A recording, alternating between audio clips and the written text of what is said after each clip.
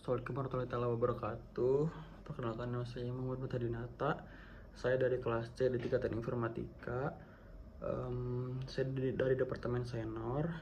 Di sini saya akan menjelaskan tentang 4 pilar kedewasaan, lalu refleksi FGD, lalu pemecahan masalah 2 studi kasus. Oke, yang pertama yaitu 4 pilar kedewasaan. Pertama yaitu kejujuran. Apa itu kejujuran? Kejujuran yaitu perkataan atau sikap kita yang apa adanya, jadi tidak menutup-nutupi fakta. Contoh dan implementasinya seperti tidak mencetak saat ujian, lalu apa ya, memakui ketika kita salah gitu. Terus contoh simpelnya seperti ketika kita ditanya oleh orang tua, kita udah sholat belum? Kalau udah ya bilang udah, kalau belum ya bilang belum gitu.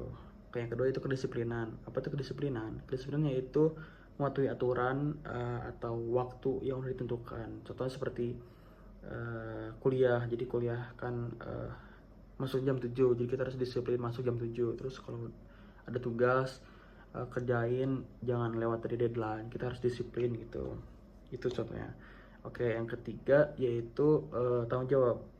Apa itu tanggung jawab? Tanggung jawab itu merupakan kesadaran kita sebagai apapun itu ya. Jadi kesadaran kita terhadap kewajiban yang ada. Contoh seperti saya sebagai mahasiswa, saya harus tanggung jawab terhadap semua tugas-tugas sebagai mahasiswa, seperti kita harus mengerjakan tugas, terus kita harus masuk kuliah. Itu merupakan tanggung jawab kita sebagai mahasiswa gitu. Oke, yang keempat yaitu etika dan integritas. Apa itu etika? Etika merupakan sepasatan kita sesuai norma yang ada. Terus integritas yaitu seperti konsisten perkataan kita dan perlakuan kita. Kita harus konsisten gitu, jadi harus sama antara ucapan kita dan perlakuan kita. Itu integritas. Contoh dan implementasinya seperti kita harus ya sopan santun kepada orang tua, maksudnya kepada orang-orang yang lebih tua dari kita. Terus kita harus tidak boleh kasar, berbicara kasar kepada atas kita, kepada orang yang lebih tua dari kita. Contoh-contoh semuanya seperti ketika ada forum diskusi, seperti misalnya di kelas ada dosen, kita harus ketika pendapat kita berbeda dengan dosen, kita boleh boleh berpendapat juga, tapi asal cara bicaranya dengan sopan, jangan kasar gitu. Karena dosen, kita harus hormat pada dosen, terus harus sopan juga kepada dosen. Itulah contoh simpelnya. Lanjut yang kedua yaitu refleksi FGD. Yang pertama yaitu apakah saya sudah dewasa. Sejujurnya saya merasa bahwa saya belum sepenuhnya dewasa dan masih dalam proses dewasa, karena saya masih mempunyai kekurangan seperti dalam hal kedisiplinan. Saya masih kurang disiplin, berangkat kuliah masih sering telat, lalu mengerjakan tugas-tugas sering lewat dari deadline. Itu merupakan bentuk dari saya masih kurang dewasa dalam hal kedisiplinan. Lanjut yang kedua yaitu apa yang membuat seseorang dewasa. Sebenarnya dewasa itu bukan tentang umur, tapi tentang cara dia berpikir lalu memecahkan masalah. Banyak orang dari luar sana yang umurnya sudah puluhan, kepala 2 ke atas, namun dia masih kekanak-kanakan. Maybe biasanya seperti karena dari kecil dia dimanjakan oleh orang tuanya, tidak pernah dilatih untuk berpikir kritis dan memecahkan masalah, dan jam terbangnya kurang, seperti maybe dia di rumah terus itulah tuh. Sebenarnya beda-beda sih. Lalu banyak juga di luar sana masih kecil, yang umurnya masih kecil tapi dia udah didewasakan oleh keadaan, seperti biasanya dari orang-orang yang hidup di jalanan yang tidak mempunyai kedua orang tua. Dia cari makan sendiri, terus berpikir kehidupannya ke depannya dia sendirian, memikirnya dia besok makan apa, terus gimana caranya dia tetap hidup di dunia ini sampai dewasa, sampai lanjut umur lah, intinya gitu. Intinya dewasa bukan tentang umur saja, tapi tentang cara berpikir, memecahkan masalah, dan juga jam terbang dia gitu. Lanjut yang ketiga, yaitu pengalaman paling menantang di proyek kelompok. Oke, jadi pada saat semester 2 saya sekelompok dengan satu orang laki-laki. Saya tidak akan sebutkan namanya. Jadi dia tuh seperti maaf ya, seperti parasit. Jadi kayak cuma numpang doang, terus kalau mengerjakan tugas susah, kayak harus disuruh dulu, terus udah disuruh pun tetap susah buat dikerjainnya. Maksudnya susah buat dia ngerjain gitu. Udah disuruh gak disuruh aja gak ngerjain, apalagi disuruh aja gak ngerjain, apalagi nggak disuruh. Jadi dia tuh kayak susah diatur. Terus masuk kuliah jarang, terus kadang telat, bukan kadang sih, kayak sering telat juga. Terus tapi pada saat ada forum kelompok ngobrol sama dosen, dia tuh seakan-akan bahwa dia tuh paling bisa gitu, paling apa ya, sebagai ketua gitu paling bisa. Padahal dia tuh semenjak awal terbentuknya kelompok sampai detik itu tuh dia kayak jarang banget diskusi, jarang banget jarang banget berkontribusi lah gitu intinya. Cara mengatasinya waktu itu sebenarnya ngobrol sama dia, ngobrol baik-baik, tidak kayak ngehina atau apa-apa, ngobrol baik-baik sampai dia sadar bahwa dia itu sebenarnya salah. Tapi sampai akhir kelompok, sampai akhir semester dia tetap gitu. Terus solusinya apa? Solusinya sebenarnya itu kalau udah gitu berpikir dari dirinya sendiri sih, karena udah dibicarain baik-baik tapi tetap susah. Dan sebenarnya itu baik lagi harus kedewasaan dari dirinya sendiri gitu.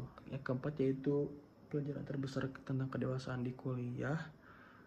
Pelajaran terbesar di perkuliahan tentang kedewasaan sebenarnya tentang kedisiplinan, tanggung jawab, gitu-gitu sih. Karena sebenarnya tanggung jawab kita besar sebagai mahasiswa, apalagi udah dibayarin oleh orang tua. Kita harus tanggung jawab tentang perkuliahan kita maupun tugas kita. Kayak banyak apa yang harus kita lakuin karena kita kuliah, karena udah dibayarin orang tua, kita harus lakuin kewajiban kita. Terus harus disiplin juga tentang waktu, seperti mengerjakan tugas jangan lebih dari deadline, harus mengerjakan tugas sebelum deadline. Terus masuk kuliah harus tepat waktu gitu.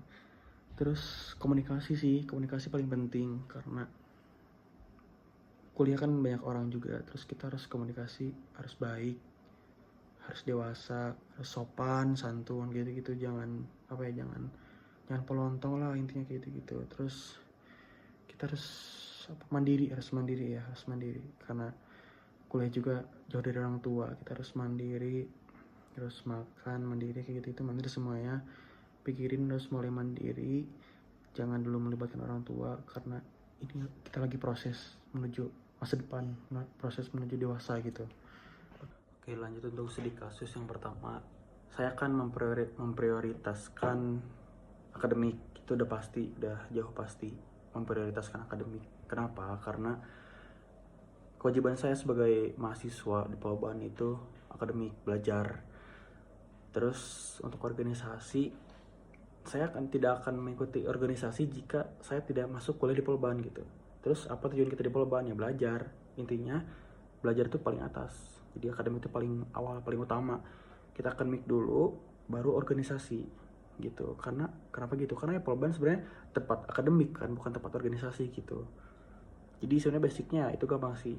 Saya akan memprioritaskan akademik juga, karena saya bayar kuliah di Polban memang itu karena untuk akademik, untuk belajar gitu. Oke. Terus bagaimana cara saya biar kayak gak ngorbanin dua-duanya gitu? Sebenarnya itu kesadaran diri sendiri. Tanggung jawab itu balik lagi ke tanggung jawab kita, kesadaran kita. Terus solusinya sebenarnya kayak kita kalau saya sih bisa buat jadwal gitu. Jadi kalau kita harus udah ngeplan tugas ini bakal deadline-nya hari ini itu, terus tugas organisasi ini deadline-nya hari ini. Terus kita harus ya nyatet, harus tanggung jawab, terus harus nyatet kita ngerjain ini kapan gitu. Jangan leha-leha. Kita harus tanggung jawab dari awal, harus tanggung jawab.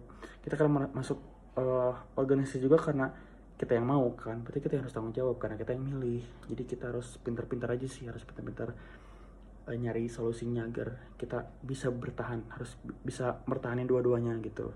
Jadi kita akademik gak ngeganggu organisasi, terus organisasi juga gak ngeganggu akademik gitu. Gitulah intinya, harus bukan balance sih sebenarnya, harus lebih ke akademik sih, cuman sebaiknya kita harus seimbangin tugas antara akademik dan organisasi. Jadi maksudnya seimbangin itu organisasi beres, terus tugas akademik juga beres gitu lah intinya. Ya kalau misalnya udah pusing-pusing banget, ya pilih akademik. Karena kita di Polban buat belajar, buat akademik gitu. Soalnya itu balik lagi ke tanggung jawab diri sendiri gitu. Di sini saya akan menjelaskan pemecahan masalah studi kasus yang kedua tentang penggelapan uang ya. Di sini saya ngejelasin dulu. Jadi R itu maksudnya ruangan ya. Jadi ruangan 1, ruangan 2, ruangan 3, ruangan 4, ruangan 5. Di sini saya udah baca, jadi ruangannya udah tahu ada 5 gitu. Oke. Petunjuk yang pertama, katanya Bapak Kimpul bekerja di ruangan pertama. Berarti ruangan pertama itu Pak Kimpul. Yang kedua, orang yang bekerja di ruangan tengah gemar minum susu. Lalu yang ketiga, Bapak Kimpul bekerja di ruangan sebelah biru. Berarti ruangan sebelah Pak Kimpul itu biru. Yang keempat yaitu ruangan hijau terletak tepat di sebelah kiri ruangan Gading. Karena di sini belum tahu kan antara hijau itu di sini. Jadi kita tulis dulu aja. Hijau Gading. Maksudnya sebelah ya, sebelah Gading. Oke. Yang kelima, pejabat yang bekerja di ruangan hijau gemar minum kopi. Hijau sama kopi. Nah, di sini kita udah tahu hijau tuh di ruangan 4. Kenapa? Karena hijau kan minum kopi, sedangkan di sini dia minum susu. Jadi dia bukan hijau. Nah, ngerti nggak? Jadi di sini bukan hijau juga karena sebelah keran hijau itu harus Gading, sedangkan di sebelah sini kerannya biru. Jadi otomatis hijau di sini. Oke, di sini tulis hijau. Lalu di sini Gading. Lalu hijau kopi. Oke. Lalu Bapak Pailul bekerja di ruangan merah. Ruangan merah berarti di sini. Karena dia kan bilang Bapak Pailul bekerja di ruangan merah. Yang belum tahu warna itu kan ini sama ini. Kenapa yang merah bukan di sini? Karena dia bilang Bapak Pailul yang di merah. Sedangkan di sini Pak Kimpul. Berarti yang kosong di sini Bapak Pailul. Pailul merah. Lalu penghisap permen kaki di ruangan berwarna kuning. Yang belum tahu warnanya kan ini doang, berarti ini kuning. Lalu kening kaki. Selanjutnya orang yang menghisap permen kaki bekerja di sebelah ruangan pemilik kuda. Sebelah kaki kuda, berarti ini kuda. Lalu Bapak Putiem bekerja di sebelah ruangan peminum kopi. Putiem berarti di sini. Dia kan bilang Putiem di sebelah kopi. Ini kan udah ada Pailul, berarti ini Putiem di sini. Putiem. Lalu Bapak Putiem memelihara ayam. Gampang. Putiem ayam. Lalu Bapak Wagilil gemar minum teh. Gemar minum teh. Yang belum ada namanya kan ada 2 ini. Sedangkan di sini udah ada kopi, berarti di sini yang kosongnya. Berarti Wagimil teh.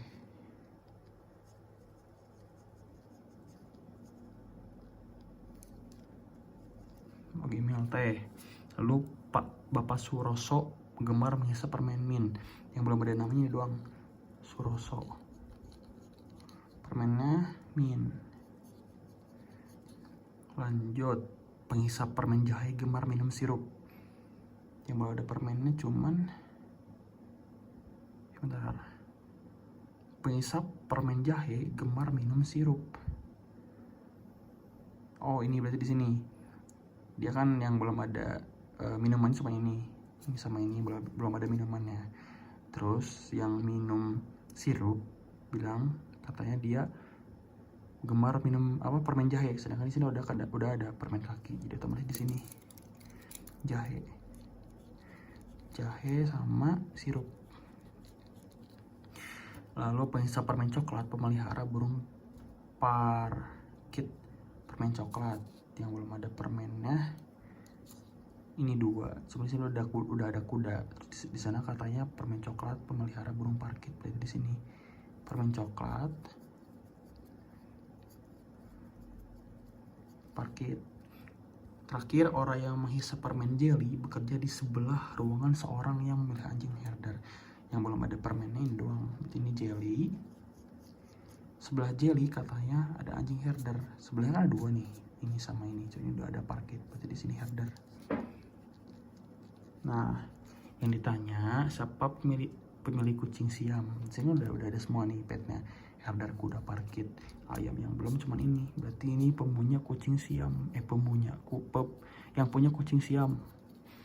Berarti yang punya kucing siam merupakan Suroso. Ini Suroso. Gitu. Oke, sekian dari saya. Mohon maaf bila ada kesalahan, bila ada kata-kata saya yang kurang enak didengar ataupun yang tidak jelas didengar, mohon maaf. Selebihnya dari Allah, kekurangannya dari saya. Terima kasih yang sudah menonton. Assalamualaikum warahmatullahi wabarakatuh.